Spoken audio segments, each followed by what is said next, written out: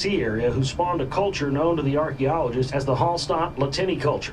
Emerging in Central Europe and exploding to the west some 50 years later, the Danites pushed the Canaanite Berbers to the far north regions of Norway, Finland, and Russia. A few pockets remained in the Basque areas of Europe and in Pictland in northern Britain. The Canaanite... You see this war? I pushed them up to these regions where my friend Key, that's where his family's from. That's funny.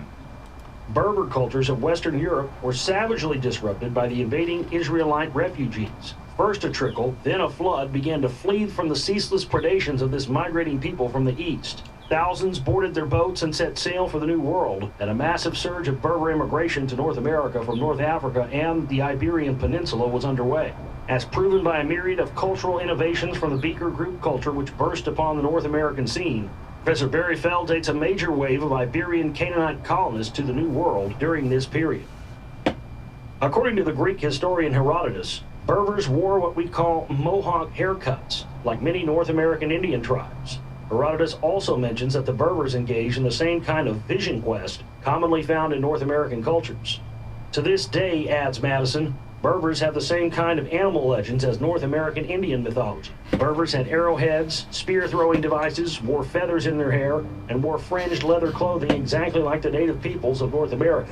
Following this great migration around 500 BC, we are left with three large and substantial Canaanite groups in the New World. The first, which had settled around Lake Superior in Wisconsin in approximately 1430 BC, and was nicknamed the Old Copper Culture by the archaeologists. Its continuation, the Red Ochre Culture, spread throughout Wisconsin, Michigan, Illinois, and Indiana. The second group settled in and around Poverty Point, Louisiana, circa 1000 BC. Finally, the third group, which was the third great wave of Berber immigration, arrived shortly after 500 BC and was instrumental in the emergence of the Adena culture.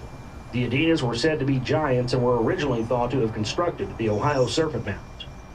All these groups, explains R. Ben Madison, maintained some contact with their parent civilization, the Beaker groups, back in Europe and North Africa. But when the Danites exploded into Spain and pushed the Canaanites out, this disrupted what was left of the Beaker trade with the New World, and at roughly the same time, for reasons not yet understood, the Isle Royale copper mines were abandoned and there occurred a substantial decline in the New World in the use of copper to manufacture everyday tools and utensils. Jim Bailey writes that around Lake Superior, which was a focus of Canaanite colonization in those days, modern Owebe Indian legends say that their ancestors drove out a race of white miners. At the same time that the Danites and Celts drove the Berber Beaker culture out of Western Europe, the Poverty Point culture also collapsed. The reason the Poverty Point culture collapsed is not sure, but it seems its inhabitants dispersed somewhere to the west. However, one Berber culture in North America survived, the Red Ochre culture in Wisconsin. From this culture, along with the new influx of Berbers from Spain, a new civilization was beginning to emerge. The Adena culture, who, as we stated earlier, were known to be giants.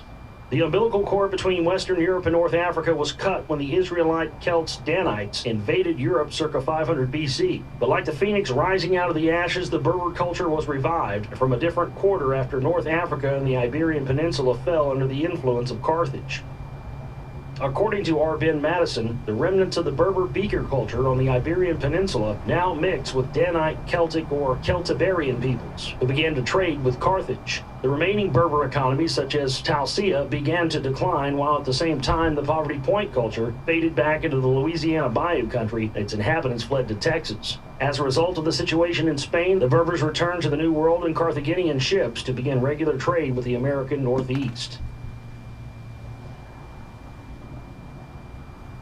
The first well-known mound builders in American prehistory were the Adena, and explains Madison, quote, mound building was an important art in both their megalithic and Beaker phases. In North Africa and Western Europe, they buried their dead in stone tombs, which were then enclosed in large earthen mounds. Across the Atlantic in North America, this custom was continued. Many mound builder tombs are exactly the same layout, a rock tomb covered in an earthen mound. The historic copper trade apparently continued or was revived. Copper ingots of identical oxide shape have been found on both sides of the Atlantic, proving that around 200 BC, there was a revival of the regular Atlantic trade between the Mediterranean and North America. This involved copper from Wisconsin sent down the Mississippi River and out to Europe, suggesting traffic up the Potomac River from the Atlantic into the American interior. At roughly the same time, claims Harvard professor Barry Fell, waves of Iberian Punic colonists settled in North America. In 1838, writes R. Ben Madison, an Iberian inscription was discovered in Mammoth Mound, an Udah site at Moundsville, West Virginia. It was immediately pronounced by French and American linguists to be Libyan or Numidian. The brief inscription explains that the mound was a burial site for a notable named Tadash, and that his wife had built it in his memory. The Iberian Punic alphabet has also been found on inscriptions in Iowa, Massachusetts, Spain, and Lebanon, showing the Middle Eastern origin of the mound builders. Elder Charles B. Thompson was one of the first Mormon writers to identify the mound builders with the Nephites whose story is told in the Book of Mormon. According to the Book of Mormon, there were two races here ages ago. One was the Nephites and the other was the Lamanites. The Nephites were a white-skinned, red-haired, civilized, industrious people, whereas the Lamanites were an idle, savage, and vicious people, delighting in war and bloodshed. The order was given to wipe the Nephites off the face of the earth, along with all record of their existence. In some battles, thousands were slain who were piled up in heaps upon the face of the land and had earth thrown upon them.